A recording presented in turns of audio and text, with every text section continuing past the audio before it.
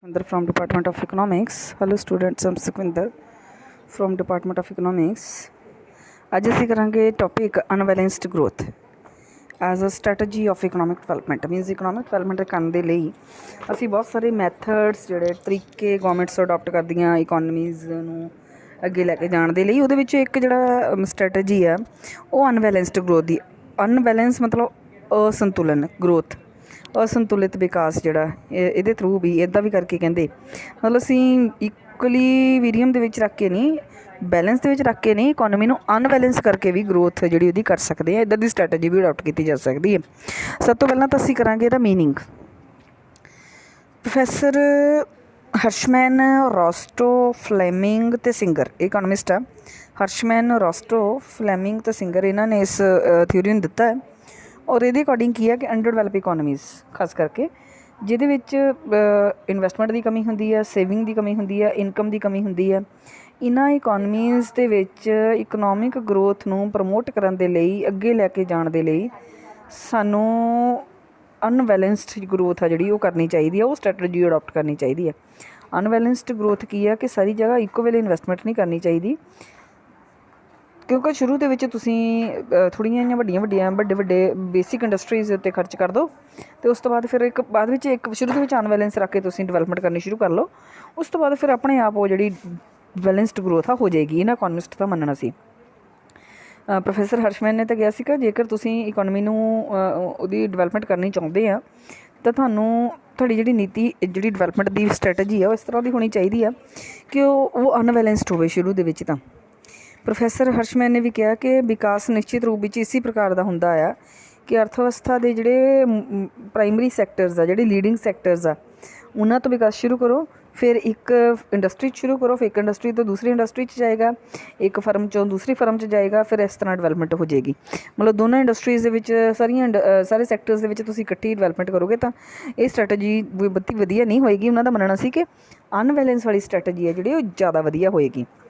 ਉਸ ਤੋਂ ਬਾਅਦ ਇਸ ਥਿਊਰੀ ਦੀ ਐਕਸਪਲੇਨੇਸ਼ਨ ਹੈ ਜਿਹੜੀ explanation of the theory of unbalanced growth ਆਉਂਦਾ। ਪ੍ਰੋਫੈਸਰ ਹਰਸ਼ਮੈਨ ਹੈ ਜਿਹੜੇ, ਉਹਨਾਂ ਨੇ ਇਸ ਥਿਊਰੀ ਨੂੰ, ਮਤਲਬ ਇਹ ਅਨਬੈਲੈਂਸਡ ਜਿਹੜੀ ਥਿਊਰੀ ਹੈ ਇਹਨੂੰ strategies of economic development, means economic development ਦੀਆਂ ਸਟ੍ਰੈਟਜੀਜ਼ ਆ, ਇੱਕ ਬੈਲੈਂਸਡ ਡਿਵੈਲਪਮੈਂਟ ਵਾਲੀ ਅਤੇ ਇੱਕ ਅਨਬੈਲੈਂਸਡ ਵਾਲੀ। ਅਨਬੈਲੈਂਸਡ ਜਿਹੜੀ ਆ ਗਰੋਥ ਦੀ ਜਿਹੜੀ ਸਟ੍ਰੈਟਜੀ ਆ ਉਸਨੂੰ ਸਟ੍ਰੈਟਜੀਜ਼ ਆਫ ਇਕਨੋਮਿਕ ਡਿਵੈਲਪਮੈਂਟ ਨਾਂ ਦੀ ਬੁੱਕ ਦੇ ਵਿੱਚ ਇਸ ਸਿਧਾਂਤ ਨੂੰ ਐਕਸਪਲੇਨ ਕੀਤਾ। ਉਹਨਾਂ ਨੇ ਕੀ ਕਿਹਾ ਵੀ ਸਾਨੂੰ ਕਾਹਤੇ ਅਨਬੈਲੈਂਸਡ ਗਰੋਥ ਕਰਨੀ ਚਾਹੀਦੀ। ਅਨਬੈਲੈਂਸਡ ਗਰੋਥ ਇੱਕ ਤਰ੍ਹਾਂ ਨਾਲ ਤੁਸੀਂ ਕਹਿ ਲਓ ਕਿ ਕ੍ਰਿਟੀਕਲ ਮਿਨੀਮਮ ਐਫਰਟ ਥਿਊਰੀ ਦਾ ਵਾਂਗ ਹੀ ਆ ਕਿ ਤੁਸੀਂ ਸਾਰੇ ਸੈਕਟਰਸ ਦੇ ਵਿੱਚ, ਸਾਰੀਆਂ ਇੰਡਸਟਰੀਜ਼ ਦੇ ਵਿੱਚ ਹਰੇਕ ਜਗ੍ਹਾ 'ਤੇ ਇਕੱਠੀ ਇਨਵੈਸਟਮੈਂਟ ਨਹੀਂ ਕਰਨੀ। ਤੁਸੀਂ ਥੋੜ੍ਹੀ ਥੋੜ੍ਹੀ ਕਰਕੇ ਸਾਰੀ ਜਗ੍ਹਾ 'ਤੇ ਇਨਵੈਸਟਮੈਂਟ ਇਸ ਤਰ੍ਹਾਂ ਨਹੀਂ ਕਰਨੀ। ਤੁਸੀਂ ਪਹਿਲਾਂ ਇੱਕ ਜਗ੍ਹਾ ਇਨਵੈਸਟਮੈਂਟ ਕਰਨੀ ਆ, ਉਹਦੇ ਨਾਲ ਫਿਰ ਦੂਸਰਾ ਏਰੀਆ ਡਿਵੈਲਪ ਹੋਏਗਾ, ਉਹਦੇ ਨਾਲ ਫਿਰ ਨੈਕਸਟ ਜਿਹੜਾ ਡਿਵੈਲਪਮੈਂਟ ਪ੍ਰੋਸੈਸ ਸ਼ੁਰੂ ਹੋ ਜਾਏਗਾ। ਕਿਉਂ ਉਹਨਾਂ ਨੇ ਕਿਹਾ ਸੀ, ਕਾਹਤੇ ਦੋ ਕਾਰਨ ਇਹਦੇ ਕਹੇ ਸੀ ਕਿ ਇੱਕ ਤਾਂ ਤੁਸੀਂ ਜਿੱਦਾਂ ਉੱਦਾਂ ਕਰਦੇ ਹੋ, ਇੱਕ ਪ੍ਰੋਸੈਸ ਸਟਾਰਟ ਹੁੰਦੀ। ਜਿੱਦਾਂ ਸਭ ਤੋਂ ਪਹਿਲਾਂ ਤਾਂ ਕਹਿੰਦੇ ਐਕਸਟਰਨਲ ਇਕੋਨਮੀਜ਼ ਮਿਲਣਗੀਆਂ। ਮਤਲਬ ਤੁਸੀਂ ਇੱਕ ਇੰਡਸਟਰੀ ਏ ਡਿਵੈਲਪ ਕਰ ਲੈਂਦੇ ਹੋ, ਉਹਦੇ ਵਿਕਾਸ ਹੋਣ ਦੇ ਨਾਲ ਐਕਸਟਰਨਲ ਇਕੋਨਮੀਜ਼ ਜਿਹੜੀਆਂ ਮਿਲਣਗੀਆਂ, ਜਿਹਦੇ ਨਾਲ B economy develop, B market, B industry develop ਹੋ ਜਾਏਗੀ, ਫਿਰ ਉਹਦੇ ਨਾਲ ਸੀ ਡਿਵੈਲਪ ਹੋ ਜਾਏਗੀ, ਉਹਦੇ ਨਾਲ ਡੀ। ਮਤਲਬ ਏ ਦੇ ਇੱਕ ਤਰ੍ਹਾਂ ਨਾਲ ਬਾਈ ਪ੍ਰੋਡਕਟਸ ਵੀ ਪਹਿਲਾਂ ਤਾਂ ਬਣ ਸਕਦੇ ਆ ਕਿ ਜਿਹੜਾ ਉਹਦਾ ਵੇਸਟ ਹੋਏਗਾ ਏ ਇੰਡਸਟਰੀ ਦਾ, ਉਹਦੇ ਵੇਸਟ ਤੋਂ ਬਾਈ ਪ੍ਰੋਡਕਟਸ ਬਣ ਸਕਦੇ ਆ। ਫਿਰ ਕਿਉਂਕਿ ਇੱਕ ਇੰਡਸਟਰੀ ਲੱਗ ਜਾਏਗੀ ਤਾਂ ਉੱਥੇ ਇਨਫਰਾਸਟਰਕਚਰ, ਬੇਸਿਕ ਇਨਫਰਾਸਟਰਕਚਰ, ਉਸ ਤੋਂ ਬਾਅਦ ਉੱਥੇ ਕਮਿਊਨੀਕੇਸ਼ਨ ਜਿਹੜੀ ਆ, ਉਸ ਤੋਂ ਬਾਅਦ transportation, labourers, raw material easily available ਹੋ ਜਾਣਗੇ। ਇਹ ਇਕੋਨਮੀਜ਼, ਮਾਰਕੀਟਿੰਗ, ਇਹ ਇਕੋਨਮੀਜ਼ ਦਾ ਜਿਹੜਾ ਇਹਨਾਂ ਦਾ ਜਿਹੜਾ ਬੈਨੀਫਿਟ ਆ, ਇਹਨਾਂ ਸਾਰੀਆਂ ਚੀਜ਼ਾਂ ਦਾ ਬੈਨੀਫਿਟ ਬੀ ਇੰਡਸਟਰੀ ਨੂੰ ਵੀ ਮਿਲੂਗਾ, ਸੀ ਨੂੰ ਵੀ ਮਿਲੂਗਾ। ਇਸ ਲਈ ਇਕੱਠਿਆਂ 'ਤੇ ਡਿਵੈਲਪਮੈਂਟ ਕਰਨ ਦੀ ਲੋੜ ਹੀ ਨਹੀਂ ਹੈ ਸਾਨੂੰ। ਆਪਾਂ ਇੱਕ ਨੂੰ ਕਰੀਏ, ਦੂਸਰੀਆਂ ਤਾਂ ਆਪਣੇ ਆਪ ਅਗਲੀਆਂ ਇੰਡਸਟਰੀਜ਼ ਨੂੰ ਡਿਵੈਲਪ ਕਰਨ ਦੇ ਵਿੱਚ ਹੈਲਪ ਕਰ ਦੇਣਗੀਆਂ। ਉਸ ਤੋਂ ਬਾਅਦ ਕੰਪਲੀਮੈਂਟਰੀਜ਼ ਆ। ਟੈਕਨੀਕਲ ਕੰਪਲੀਮੈਂਟਰੀ ਤੋਂ ਭਾਵ ਇਹ ਹੁੰਦਾ ਕਿ ਜਦੋਂ ਤੁਸੀਂ ਏ ਪ੍ਰੋਡਕਟ ਦਾ ਪ੍ਰੋਡਕਸ਼ਨ ਕਰਦੇ ਹੋ ਅਤੇ ਉਹਦੇ ਨਾਲ ਬੀ ਦਾ ਜਿਹੜਾ ਲਾਭ ਘੱਟ ਹੋ ਜਾਏਗਾ ਜਾਂ ਉਸ ਦੀ ਮੰਗ ਵੱਧ ਜਾਵੇਗੀ। ਔਰ ਅਸੰਤੁਲਿਤ ਵਿਕਾਸ ਕਰਨ ਦੇ ਕਰਕੇ ਅਸੀਂ ਇੱਕ ਉਦਯੋਗ ਨੂੰ ਤਕਨੀਕੀ ਪੂਰਕਤਾ ਪ੍ਰਾਪਤ ਹੋ ਜਾਏਗੀ। ਜਦੋਂ ਉਹਦੇ ਫਲਸਰੂਪ ਉਸ ਉਤਪਾਦਨ ਦੀ ਮੰਗ ਵਿੱਚ ਵਾਧਾ ਹੋਵੇਗਾ ਅਤੇ ਇਹਦੇ ਨਾਲ ਨੈਕਸਟ ਜਿਹੜਾ ਵਿਕਾਸ ਨੂੰ ਉਤਸ਼ਾਹ ਮਿਲੇਗਾ। ਮੀਨਸ ਜਦੋਂ ਤੁਸੀਂ ਇੱਕ ਇੰਡਸਟਰੀ ਲਗਾ ਲਓਗੇ, ਉਹ ਡਿਵੈਲਪ ਹੋ ਜਾਏਗੀ ਤਾਂ ਉਹਦੀ ਡਿਮਾਂਡ ਹੋਏਗੀ, ਇਨਕਮ ਹੋਏਗੀ, ਇਨਕਮ ਨਾਲ ਡਿਮਾਂਡ ਵਧੂਗੀ, ਇਨਵੈਸਟਮੈਂਟ ਵਧੇਗੀ, ਦੈਨ ਅੱਗੇ ਜਿਹੜੀ ਡਿਵੈਲਪਮੈਂਟ ਆ ਉਹ ਸ਼ੁਰੂ ਹੋ ਜਾਏਗੀ। ਪ੍ਰੋਫੈਸਰ ਹਰਸ਼ਮੈਨ ਆ ਜਿਹੜਾ ਹੈ, ਉਹਨਾਂ ਨੇ ਕਿਹਾ ਕਿ ਇਨਵੈਸਟਮੈਂਟ ਦੋ ਤਰ੍ਹਾਂ ਦੀ ਹੁੰਦੀ ਹੈ। ਇੱਕ ਹੁੰਦੀ ਸੋਸ਼ਲ ਓਵਰਹੈਡ ਕਾਸਟ SOC, ਇੱਕ ਹੁੰਦੀ ਹੈ direct productive activities, social overhead capital SOC, ਇੱਕ ਹੁੰਦੀ ਹੈ direct productive activities DPA। SOC ਸਭ ਤੋਂ ਪਹਿਲਾਂ ਤਾਂ ਕੀ ਹੈ, ਕਿਉਂਕਿ ਸਾਨੂੰ 2 ਮਾਰਕਸ ਦੇ ਜਿਹੜੇ ਕੁਐਸਚਨਸ ਆਉਂਦੇ ਆ ਨਾ ਉਹਨਾਂ ਦੇ ਵਿੱਚ SOC DPA ਕੀ ਹੁੰਦੀਆਂ ਇਹ ਆ ਸਕਦੀਆਂ ਹੁੰਦੀਆਂ। ਸਭ ਤੋਂ ਪਹਿਲਾਂ SOC ਇਹਨੂੰ ਕਹਿੰਦੇ ਸੀ ਸੋਸ਼ਲ ਓਵਰਹੈਡ ਕਾਸਟ। ਇਹ ਤੋਂ ਭਾਵ ਹੁੰਦਾ ਉਹ ਸਾਰੀਆਂ ਬੁਨਿਆਦੀ ਬੇਸਿਕ ਜਿਹੜੀਆਂ ਰਿਕੁਆਇਰਮੈਂਟਸ ਆ, ਬੇਸਿਕ ਸਰਵਿਸਿਜ਼ ਆ, ਜਿਨ੍ਹਾਂ ਦੇ ਬਿਨਾਂ ਪ੍ਰਾਇਮਰੀ, ਸੈਕੰਡਰੀ, ਟਰਸ਼ਰੀ ਸੈਕਟਰ ਜਿਹੜੇ ਆ ਉਹਨਾਂ ਦੇ ਵਿੱਚ ਪ੍ਰੋਡਕਸ਼ਨ ਪੋਸੀਬਲ ਹੀ ਨਹੀਂ ਆ। ਮੀਨਸ ਕੋਈ ਵੀ ਸੈਕਟਰ ਡਿਵੈਲਪ ਕਰ ਹੀ ਨਹੀਂ ਸਕਦਾ। ਇਹ ਉਹ ਸੋਸ਼ਲ ਓਵਰਹੈਡ ਕੈਪੀਟਲ ਮਤਲਬ ਜਿਹੜੀ ਬੇਸਿਕ ਰਿਕੁਆਇਰਮੈਂਟ ਆ ਜਿਹਦੇ ਤੋਂ ਬਿਨਾਂ ਤੁਸੀਂ ਡਿਵੈਲਪਮੈਂਟ ਪ੍ਰੋਸੈਸ ਗਰੋਥ ਦੇ ਬਾਰੇ ਸੋਚ ਹੀ ਨਹੀਂ ਸਕਦੇ। ਇਹਨਾਂ ਦੇ ਵਿੱਚ ਆਉਂਦਾ ਕੀ ਹੈ ਟਰਾਂਸਪੋਰਟੇਸ਼ਨ, ਰੋਡ, ਵਧੀਆ ਰੋਡ ਮਤਲਬ ਵਧੀਆ ਸੜਕਾਂ ਦਾ ਨਿਰਮਾਣ, ਰੋਡਸ ਦਾ ਨਿਰਮਾਣ, ਉਸ ਤੋਂ ਬਾਅਦ ਇਰੀਗੇਸ਼ਨ ਫੈਸਿਲਿਟੀਜ਼, ਇਲੈਕਟ੍ਰੀਸਿਟੀ ਫੈਸਿਲਿਟੀਜ਼, ਇਹ ਸਾਰਾ ਕੁਛ ਇਹਦੇ ਵਿੱਚ ਆਉਂਦਾ। ਉਸ ਤੋਂ ਬਾਅਦ ਅੱਗੇ ਆਉਂਦਾ direct productive activities DPA। Direct productivity activities ਕੀ ਹੁੰਦੀਆਂ, ਉਹ ਐਕਟੀਵਿਟੀਜ਼ ਜਿਨ੍ਹਾਂ ਦੇ ਸਿੱਟੇ ਵਜੋਂ ਡਾਇਰੈਕਟਲੀ ਜਿਹੜਾ ਉਤਪਾਦਨ ਦੇ ਵਿੱਚ ਵਾਧਾ ਹੋ ਜਾਂਦਾ। ਜਿੱਦਾਂ ਜਿਹੜੀਆਂ ਆਪਾਂ SOC ਕੀਤੀਆਂ, ਇਹਨਾਂ ਤੋਂ ਬਿਨਾਂ ਤਾਂ ਤੁਸੀਂ ਮਤਲਬ ਡਿਵੈਲਪਮੈਂਟ ਦਾ ਨਹੀਂ ਸੋਚ ਸਕਦੇ, ਪਰ ਇਹਨਾਂ ਦੇ ਉੱਤੇ ਖਰਚਾ ਕਰਨ ਦੇ ਨਾਲ ਮੰਨ ਲਓ ਤੁਸੀਂ ਸੜਕਾਂ ਬਣਾ ਦਿੰਦੇ ਹੋ, ਤੁਸੀਂ ਰੋਡਸ ਬਣਾ ਦਿੰਦੇ ਹੋ, ਮੰਨ ਲਓ ਤੁਸੀਂ ਪੁਲ ਬਣਾ ਦਿੰਦੇ ਹੋ, ਤੁਸੀਂ ਨਹਿਰਾਂ ਬਣਾ ਦਿੰਦੇ ਹੋ, ਤੁਸੀਂ ਇਰੀਗੇਸ਼ਨ ਫੈਸਿਲਿਟੀਜ਼ ਇਨਕਰੀਜ਼ ਕਰ ਦਿੰਦੇ ਹੋ, ਤੁਸੀਂ ਟਰਾਂਸਪੋਰਟੇਸ਼ਨ ਫੈਸਿਲਿਟੀਜ਼ ਇਨਕਰੀਜ਼ ਕਰ ਦਿੰਦੇ ਹੋ। ਇਹਦੇ ਨਾਲ ਸਿੱਧਾ ਕਿਤੇ ਵੀ ਉਤਪਾਦਨ ਨਹੀਂ ਵਧੇਗਾ, ਇਨਡਾਇਰੈਕਟ ਵਿੱਚ ਵਧੇਗਾ। ਪਰ ਜਿਹੜੀਆਂ DPA ਆ ਡਾਇਰੈਕਟ ਪ੍ਰੋਡਕਟਿਵ ਐਕਟੀਵਿਟੀਜ਼ ਆ, ਇਹਦੇ ਨਾਲ ਡਾਇਰੈਕਟਲੀ ਜਿਹੜਾ ਤੁਹਾਡੀ ਜਿਹੜੀ ਪ੍ਰੋਡਕਸ਼ਨ ਆ ਉਹਦੇ ਵਿੱਚ ਵਾਧਾ ਹੋ ਜਾਏਗਾ। ਔਰ ਡਾਇਰੈਕਟਲੀ ਜਦੋਂ ਉਹਨਾਂ ਦੇ ਵਿੱਚ ਵਾਧਾ ਹੋਏਗਾ ਤਾਂ ਬਿਨਾਂ ਸ਼ੱਕ ਇੱਕ ਵਾਰ ਜਦੋਂ ਵਾਧਾ ਹੋ ਜਾਏਗਾ ਤਾਂ ਉਹਦੇ ਨਾਲ ਅੱਗੇ ਜਿਹੜੀ ਪ੍ਰੋਸੈਸ ਆ ਸ਼ੁਰੂ ਹੋ ਜਾਏਗੀ। ਔਰ ਉਸ ਤੋਂ ਬਾਅਦ ਇੱਕ ਜਿਹੜਾ ਅੱਗੇ ਇਹਨੂੰ ਇੱਕ ਇਕਨੋਮਿਕ ਬੈਲੈਂਸ ਆਫ ਗਰੋਥ ਇਹਨੂੰ ਕਿਹਾ, ਇਹਨੂੰ ਪਾਥ ਆਫ ਡਿਵੈਲਪਮੈਂਟ ਕਹਿੰਦੇ ਆ। ਪਾਥ ਆਫ ਡਿਵੈਲਪਮੈਂਟ ਮੈਂ ਇੱਥੇ ਤੁਹਾਨੂੰ ਦੱਸ ਵੀ ਦਿੰਦੀ ਹਾਂ। ਇਹਨੂੰ ਉਹਨਾਂ ਨੇ ਇਹਨੂੰ path PATH path of development. Path of development ਕੀ ਆ ਔਰ ਪਾਥ ਆਫ ਡਿਵੈਲਪਮੈਂਟ ਆ ਜਿਹੜਾ ਇਹ ਕੀ ਆ, ਡਾਇਗਰਾਮ ਦੇ ਥਰੂ ਤਾਂ ਉਹਨੇ ਸਮਝਾਇਆ ਹੀ ਹੋਇਆ, ਪਰ ਮੈਂ ਫਿਰ ਵੀ ਇੱਕ ਵਾਰ ਦੱਸਣਾ ਚਾਹੁੰਦੀ ਕਿ ਪਾਥ ਆਫ ਡਿਵੈਲਪਮੈਂਟ ਹੁੰਦਾ ਕੀ ਹੈ। ਦੇਖੋ, ਜਦੋਂ ਤੁਸੀਂ ਅਨਬੈਲੈਂਸਡ ਡਿਵੈਲਪਮੈਂਟ ਦੀ ਗੱਲ ਕਰਦੇ ਹੋ ਅਤੇ ਉਹਨੂੰ ਤੁਸੀਂ ਡਾਇਰੈਕਟ ਇੱਕ ਡਾਇਗਰਾਮ ਦੇ ਥਰੂ ਐਕਸਪਲੇਨ ਕਰ ਸਕਦੇ ਹੋ। OX 'ਤੇ ਇਨਵੈਸਟਮੈਂਟ ਲਈ ਗਈ ਹੈ ਕਾਹਦੇ, ਜਿਹੜੀ ਅਸੀਂ ਕੀਤੀ SOC ਸੋਸ਼ਲ ਓਵਰਹੈਡ ਕਾਸਟ, ਜਿਹੜੀ ਨਹਿਰਾਂ, ਪੁਲਾਂ, ਰੋਡ ਟਰਾਂਸਪੋਰਟੇਸ਼ਨ ਫੈਸਿਲਿਟੀਜ਼ ਨੂੰ ਵਧਾਉਣ ਦੇ ਲਈ ਆਪਾਂ ਕਰਦੇ ਹਾਂ। ਅਤੇ ਦੂਸਰੇ ਪਾਸੇ ਇਨਵੈਸਟਮੈਂਟ ਜਿਹੜੀ ਅਸੀਂ ਕਰਦੇ DPA ਵਿੱਚ ਮੀਨਸ ਡਾਇਰੈਕਟ ਪ੍ਰੋਡਕਟਿਵ ਐਕਟੀਵਿਟੀਜ਼, ਜਿਹਦੇ ਨਾਲ ਸਿੱਧਾ ਪ੍ਰੋਡਕਟਿਵ ਐਕਟੀਵਿਟੀਜ਼ ਦੇ ਵਿੱਚ ਕਰਕੇ ਜਿਹਦੇ ਨਾਲ ਸਿੱਧਾ ਪ੍ਰੋਡਕਸ਼ਨ ਦੇ ਵਿੱਚ ਵਾਧਾ ਹੁੰਦਾ। ਅਤੇ ਉਹ ਤੋਂ ਇਹ ਕੀ ਆ ਐਕਸਪੈਂਸ਼ਨ ਪਾਥ ਇਹਨੂੰ ਕਿਹਾ ਜਾਂਦਾ। AABBCC ਜਿਹੜੇ ਆ ਇਹ ਆਈਸੋਕੈਂਟ ਆ। AABBCC ਇਹ ਆਈਸੋਕੈਂਟਸ ਹੈਗੇ ਆ ਜੋ SOC ਅਤੇ DPA ਦੀਆਂ ਵੱਖ-ਵੱਖ ਕੰਬੀਨੇਸ਼ਨਸ ਨੂੰ ਸ਼ੋ ਕਰਦੇ ਆ, ਜਿਨ੍ਹਾਂ ਦੇ ਨਾਲ ਜਿਹੜੀ ਪ੍ਰੋਡਕਸ਼ਨ ਆ ਜਿਹੜੀ ਆ ਉਹ ਜਿਹਦੇ ਵਿੱਚ ਵਾਧਾ ਹੋਏਗਾ। ਔਰ ਇਹ ਵੀ ਜਿਸ ਤਰ੍ਹਾਂ ਆਪਾਂ ਨੂੰ ਪਤਾ ਇੰਡੀਫਰੈਂਸ ਕਰਵ ਆਪਾਂ ਕੀਤੀ ਸੀ, ਜਿਹੜਾ 2 ਪ੍ਰੋਡਕਟਸ ਦੇ ਉਹਨਾਂ ਕੰਬੀਨੇਸ਼ਨ ਸ਼ੋ ਕਰਦਾ ਸੀ ਜਿੱਥੋਂ ਸਾਨੂੰ ਇਕੁਅਲ ਸੈਟਿਸਫੈਕਸ਼ਨ ਮਿਲਦੀ ਸੀ। ਇਸੇ ਤਰ੍ਹਾਂ ਆਈਸੋਕੈਂਟਸ ਹੁੰਦੀਆਂ ਜਿਨ੍ਹਾਂ ਦੇ ਵਿੱਚ SOC ਅਤੇ DPA ਦੇ ਉਹ ਅਲੱਗ-ਅਲੱਗ ਕੰਬੀਨੇਸ਼ਨਸ ਮੀਨਸ ਤੁਸੀਂ SOC ਦੇ ਵਿੱਚ ਇਨਵੈਸਟਮੈਂਟ ਕਰਨੀ ਆ, DPA ਦੇ ਵਿੱਚ ਵੀ ਕਰਨੀ ਆ, ਅਤੇ ਅਲੱਗ-ਅਲੱਗ ਕੰਬੀਨੇਸ਼ਨ ਸ਼ੋ ਕਰਦੇ ਆ। ਉਹਦੇ ਵਿੱਚੋਂ ਕਿਸੇ ਵੀ ਕੰਬੀਨੇਸ਼ਨ ਦੇ ਉੱਤੇ ਤੁਸੀਂ ਜੇ ਪ੍ਰੋਡਕਟ ਕਰੋਗੇ ਤਾਂ ਤੁਹਾਡੇ ਜਿਹੜਾ ਉਤਪਾਦਨ ਦੇ ਵਿੱਚ ਵਾਧਾ, ਰਾਸ਼ਟਰੀ ਉਤਪਾਦਨ ਦੇ ਵਿੱਚ ਵਾਧਾ ਆ ਉਹ ਹੋਏਗਾ ਔਰ ਉਨਾ ਹੀ ਹੋਏਗਾ। ਪਰ ਇਹ ਜ਼ਰੂਰ ਹੈ ਕਿ ਜਿੰਨੀ ਉੱਪਰ ਦੀ ਜਿਹੜੀ ਤੁਹਾਡੀ ਇੰਡੀਫਰੈਂਸ ਕਰਵ ਹੋਏਗੀ, ਮਤਲਬ A ਤੋਂ B ਦੇ ਉੱਤੇ ਤੁਹਾਡਾ ਉਤਪਾਦਨ, ਤੁਹਾਡੀ ਇਨਵੈਸਟਮੈਂਟ, ਤੁਹਾਡਾ ਪ੍ਰੋਡਕਸ਼ਨ ਜ਼ਿਆਦਾ ਹੋਏਗਾ, CC ਦੇ ਉੱਤੇ ਉਹਦੇ ਨਾਲੋਂ ਵੀ ਜ਼ਿਆਦਾ ਹੋਏਗਾ। ਔਰ ਇਸ ਤਰ੍ਹਾਂ ਤੁਸੀਂ ਕਰਕੇ ਪਹਿਲਾਂ ਤੁਸੀਂ AA ਦੇ ਉੱਤੇ ਆ ਕੇ D ਦੇ ਉੱਤੇ ਕੰਮ ਕਰੋ, ਉਸ ਤੋਂ ਬਾਅਦ ਫਿਰ ਤੁਸੀਂ ਮੂਵ ਕਰ ਜਾਓ ਉੱਪਰ, ਔਰ ਇਸ ਤਰ੍ਹਾਂ ਅੱਗੇ ਤੋਂ ਅੱਗੇ ਜਿਹੜੀ ਮੂਵਮੈਂਟ ਹੁੰਦੀ ਰਹੇਗੀ ਅਤੇ ਉਹਦੇ ਨਾਲ ਜਿਹੜੀ ਤੁਹਾਡੀ ਡਿਵੈਲਪਮੈਂਟ ਆ ਉਹ ਹੋ ਜਾਏਗੀ। ਇਹ ਪਾਥ ਆਫ ਡਿਵੈਲਪਮੈਂਟ ਹੈਗਾ ਹੈ।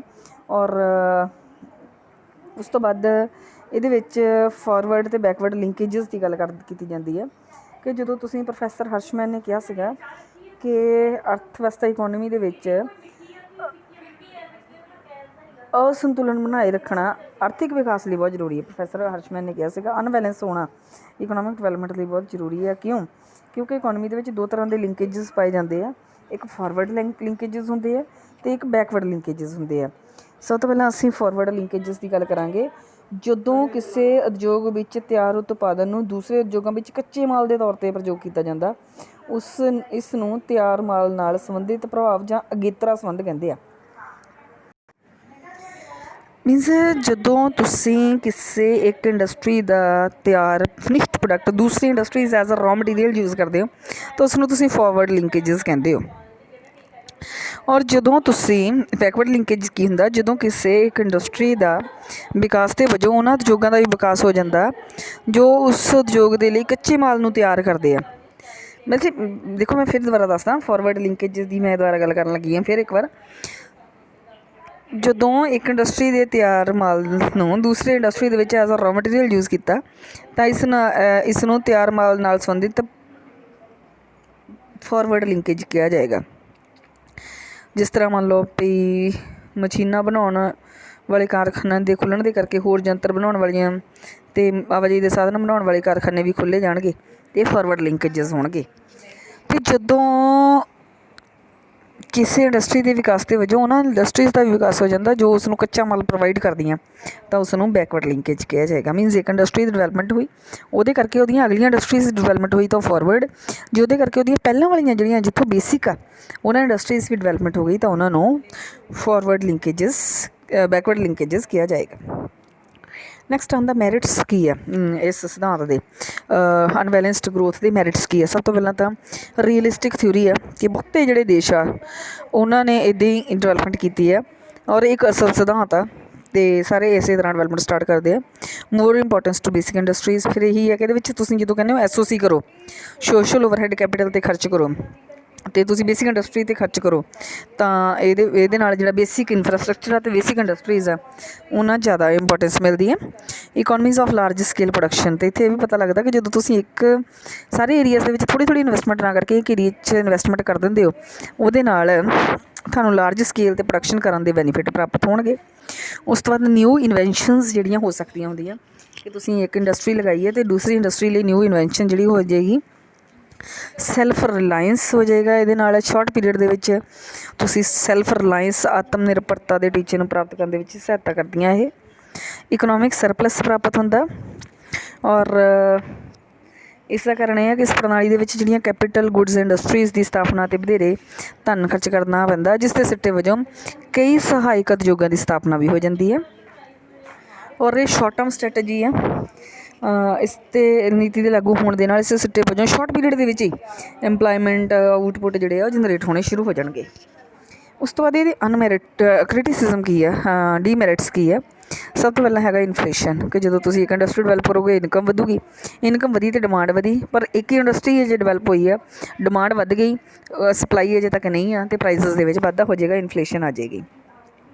ਉਸ ਤੋਂ ਬਾਅਦ ਜਦੋਂ ਹੁਣ ਸਾਰੀਆਂ ਇੰਡਸਟਰੀ 'ਤੇ ਇਕੱਠਾ ਖਰਚ ਤਾਂ ਤੁਸੀਂ ਕੀਤਾ ਨਹੀਂ, ਇੱਕ ਇੰਡਸਟਰੀ ਦਾ ਵੇਸਟ ਪ੍ਰੋਡਕਟ ਵੇਸਟ ਹੀ ਪਿਆ ਰਹੇਗਾ, ਉਹ ਕਿਤੇ ਹੋਰ ਬਾਈ ਪ੍ਰੋਡਕਟਸ ਦੇ ਲਈ ਯੂਜ਼ ਨਹੀਂ ਹੁੰਦਾ, ਇਸ ਲਈ ਵੇਸਟੇਜ ਹੋ ਜਾਂਦੀ ਰਿਸੋਰਸਿਸ ਦੀ। ਉਸ ਤੋਂ ਬਾਅਦ ਨੋ ਮੈਂਸ਼ਨ ਆਫ ਅਬਸਟੈਕਲਸ, ਇਹ ਨਹੀਂ ਹੈ ਕਿ ਇਸ ਤਰ੍ਹਾਂ ਦੇ ਸਿਸਟਮ ਦੇ ਵਿੱਚ ਕੋਈ ਅਬਸਟੈਕਲਸ ਨਹੀਂ ਆਉਂਦੀਆਂ, ਪਰ ਉਹ ਕਿਤੇ ਮੈਂਸ਼ਨ ਨਹੀਂ ਕੀਤੀਆਂ ਜਾਂਦੀਆਂ, ਉਹਨਾਂ ਨੂੰ ਕਿਤੇ ਦੱਸਿਆ ਨਹੀਂ ਜਾਂਦਾ।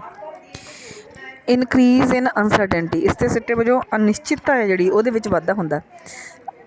ਅਨਿਸ਼ਚਿਤਤਾ ਜਿਹੜੀ ਆ ਉਹ ਵੱਧ ਜਾਂਦੀ ਹੈ ਕਿ ਆਰਥਿਕ ਵਿਕਾਸ ਦੀ ਸਫਲਤਾ ਲਈ ਵਿਦੇਸ਼ੀ ਵਪਾਰ ਅਤੇ ਵਿਦੇਸ਼ੀ ਪੂੰਜੀ ਦੀ ਸਹਾਇਤਾ ਚਾਹੀਦੀ ਹੁੰਦੀ ਹੈ। ਵਿਦੇਸ਼ੀ ਪੂੰਜੀ 'ਤੇ ਨਿਰਭਰਤਾ ਦੇ ਕਾਰਨ ਅਨਿਸ਼ਚਿਤਤਾ ਵੱਧ ਜਾਂਦੀ ਹੈ, ਉਹ ਕਰਨਗੇ ਕਿ ਨਹੀਂ ਕਰਨਗੇ। ਅਨਬੈਲੈਂਸ ਹਮੇਸ਼ਾ ਜ਼ਰੂਰੀ ਨਹੀਂ ਹੈ ਅਤੇ ਕਈ ਜਗ੍ਹਾ ਅਨਬੈਲੈਂਸ ਹੋ ਵੀ ਨਹੀਂ ਸਕਦਾ, ਕਈ ਤਕਨੀਕਸ ਇੱਦਾਂ ਦੀਆਂ ਕਿ ਤੁਸੀਂ ਇਕੱਠੀਆਂ ਅਡੋਪਟ ਕਰ ਸਕਦੇ ਹੁੰਦੇ ਆ।